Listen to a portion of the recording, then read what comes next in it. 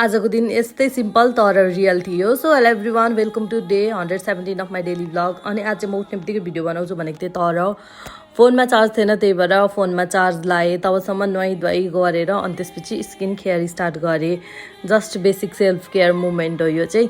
अनि कुरा के हो भने आज चाहिँ मलाई ड्युटी जानको लागि के लाउनु छ हेर्नु होला। यो रिदिमा कुर्ता, मलाई लिटरली यो कुर्ता यस्तो मनपर्छ। इफ कसैलाई थाहा छ कि छैन यो रिदिमा कुर्ताको बारेमा, इफ यु नो त दिल मिल गए लभर हो भने चाहिँ सबै त्यतिखेर हामी सानो हुँदा यति फेमस थियो यो कुर्ता, यति फेमस थियो।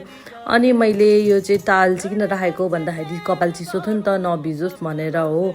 यसको कारणले कुनै पनि प्रकारको मलाई स्ट्रेस नहोस् भनेर हो। त्यसपछि सनस्क्रिनहरू लाएँ।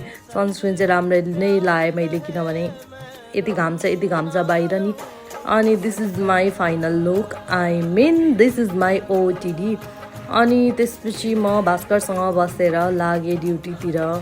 एन्ड आज म जाँदा त एकदम खुसी हुँदै गएँ जस्तो भएको थियो, तर ड्युटीमा के भयो यस्तो बिजी भयो ड्युटी, यस्तो बिजी भयो। घरि यो पेपर हराउँछ, घरि त्यो पेपर हराउँछ, घरि के हुन्छ ओभर सियाप्पा भन्छ नि, टोटल सियाप्पावाला ड्युटी भएको थियो। लिटरली म यस्तो स्ट्रेस थियो ड्युटीमा नि, मलाई लाग्यो त आज घर गएर चाहिँ भाइ बहिनीलाई डह्रो रिस पुग्छु जस्तो लागिरहेको थियो क्या। मसँग त प्रायः त्यस्तै हुन्छ, कस्तो ड्युटीको रिस चाहिँ घरमा आउँछ क्या। ड्युटीमा त केही हुँदैन, काम हुन्छु, तर ड्युटीको स्ट्रेस हो त्यो रिस भन्दा पनि। तर घर आउने बित्तिकै मेरो मुड एकदम राम्रो भयो।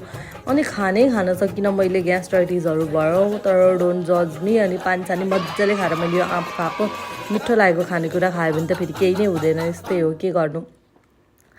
अनि कुरा के हो भने मैले आँप खाएँ। अनि आँपको बोक्रा किन नतसेको भनेर क्वेसन आउन सक्छ। त्यो चाहिँ किन हो भन्दाखेरि आँपको बोक्रा सँगै खायो भने चाहिँ दाँत कुडिँदैन क्या। यत्रो आँप खाँदा त अभियसली दाँत कुडिनु पर्ने, दाँत कुडिनबाट बचावको लागि चाहिँ मैले यो खाएको हो, के अरे बोक्रा सहित। Bye, thank you so much for watching.